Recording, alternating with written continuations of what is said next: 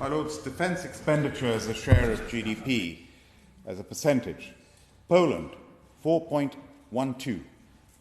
Estonia, 3.43. The United States of America, 3.38. And we come ninth at 2.33. So with 2.33, we're nowhere near the 2.5, which is supposedly a target pledged by both the Labour and the previous Conservative government. And the NATO's baseline, of course, is 2%. So if we go up to 2.5%, we will be higher than Finland and Denmark, but we'll still be below Greece, the USA, Latvia, Estonia, and Poland. So I say this again. The Labour government is committed to reach the 2.5% target, but has not specified a completion date.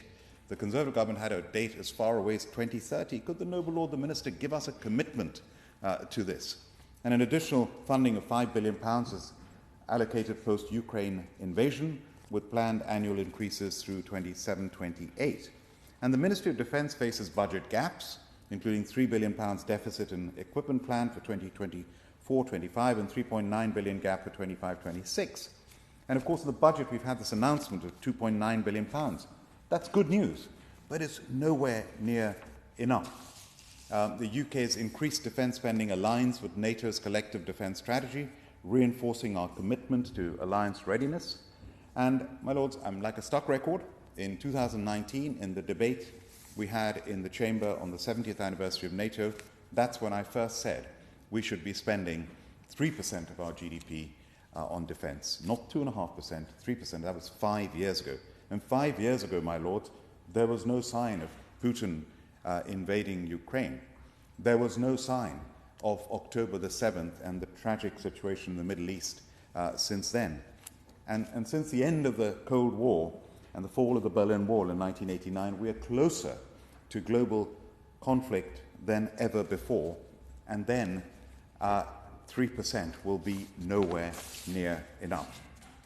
We have provided, as a country, £12.8 billion in support to Ukraine, including £7.8 billion of military support, £5 billion of non-military support, and one of my proudest parts of my career was being president of the Confederation of British Industry, and within that, the pride that I have had in helping Ukraine from literally days after the war started with British industry, helping Ukraine with medical kits, ration kits, food supplies, and. Our support for Ukraine has been amazing. And as the noble Lord Viscount Trenchard said, we cannot let Ukraine lose. But the defence of Ukraine, my Lords, is only possible if the United States continues to support. They have provided over $100 billion worth of support. If the United States pulls out its support, that war is over. And the elections next week in America and the repercussions are going to be very, very serious indeed, and we've got to be prepared for that.